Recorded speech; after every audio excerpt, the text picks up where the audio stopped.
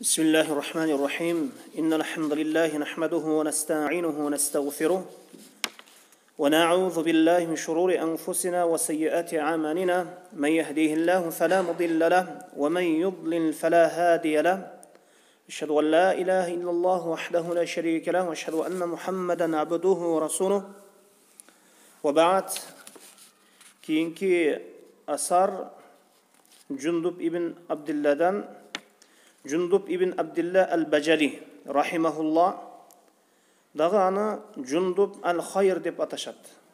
Cundub ошол жақшылық деп аташады.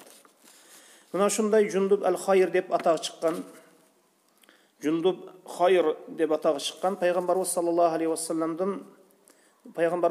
алейхи вассаламдан кейін Куфада жана Басрада жашаған. Хижраның 60-шы жылдарынан кейін алымдан өткен.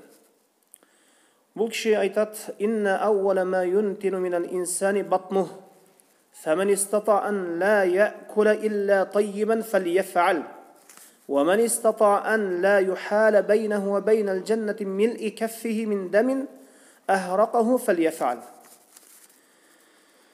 Бірінші болып инсан өлгенде чирип сасый тұрған құрсағы болады. Bir адам өлді, аны жуйбыз, кепіндейбіз, қабырға қойбыз. Бірінші болып адамдың чирип сасый тұрған орды құрсағы болады.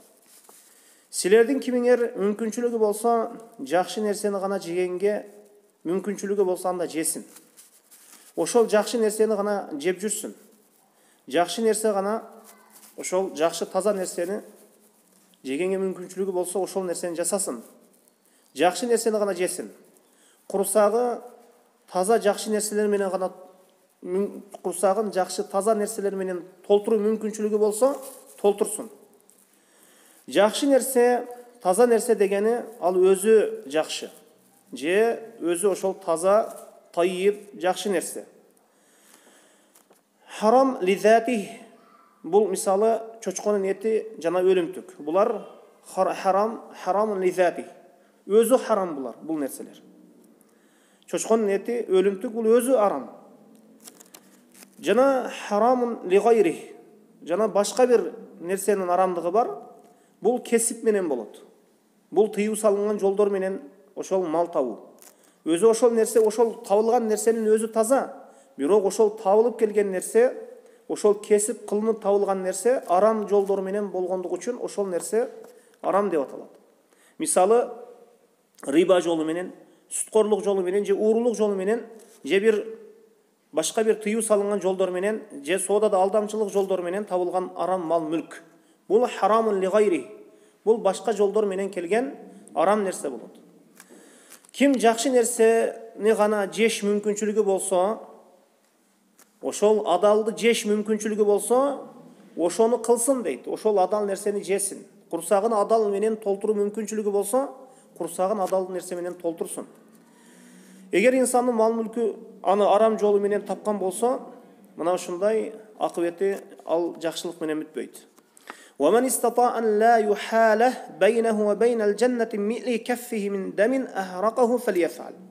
Kimdin бейиш менен өзүнүн ортосунда бир алаканчалык кан төкпөө мүмкүнчүлүгү болсо, ошону кылсын дейт.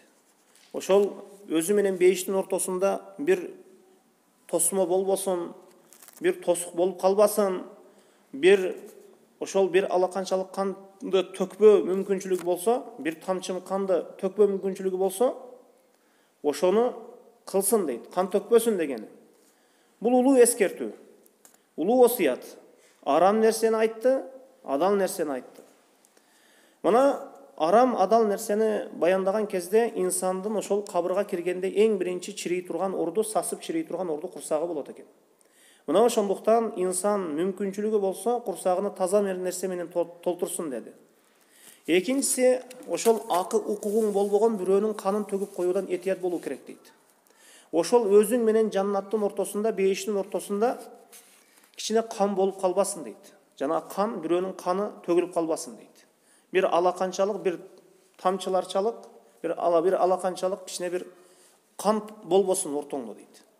Анткени бул себепсиз кан төгүү, адам өлтүрүп коюу бул өтө чоң бир нерсе. Бул бейиштикке, ошо бул бейишти тосуп кое турган себептердин эң бир негизгилеринин бири.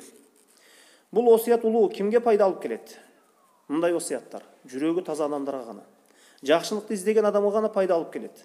Ар кандай шахваттардан, ошол таза болгон, ар кандай шахваттардан жүрөгү таза болгон адамга гана пайда алып келет. Өзүнүн напсы каалоосуна сыйынган адамга мындай насааттар таасир бербей калуусу дагы мүмкүн. Жундуб ибн Абдилла бул асар, ушул айткан сөзү Бухариде келет. Имам Бухаринин сахихинде келет. Жундуб ибн Абдилла кимге айткан бул сөздү? Жүрөктөрү каткан кишилерге айткан. Жүрөктөрү райымсыз кишилерге айткан. Жүрөгү акыйкаттагы эмес, шахваттарга толо жүрөктөргө айткан. Бул сөзүн аялдарга, карыяларга, тынч адамдарга кылычын көтөргөн хавариждерге айткан. Такфирлерге айткан. Ошол убакыттагы хавариждерге айткан. Ошол адамдарга жамандыгы көп, адамдарга фитна салган, алардын тынчтыгын бузган, ошол кара картаң аялдарга бүт барысына кылычын көтөргөн хавариждерге каршы айтылган сөз. Аллах бизди бул жамааттан өзү сактасын. Аллаху алам, саллаллаху аля Мухаммадин ва алейхи ва сахбихи ва саллям.